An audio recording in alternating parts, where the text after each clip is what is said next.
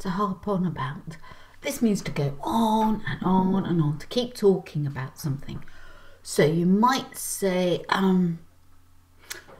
Mrs. Jones, she harped on and on about her daughter having grade 2 flute.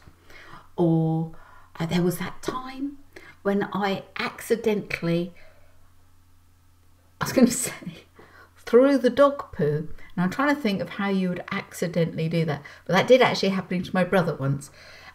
He was clearing dog poo up off the pavement, and he was scooping it all up with a shovel and throwing it into a pile. And that was at a pile at the bottom of the wall. And then he was going to clear that up and put it in the bin. So scooping it up, shoving it into thing. And one accidentally went over the wall into the neighbour's garden.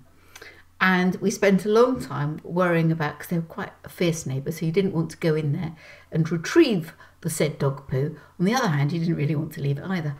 They had a very small dog, and our dog was quite big. And so we had many a discussion about how they might feel about thinking that their small dog had done this huge poo. So it is possible to accidentally throw dog poo.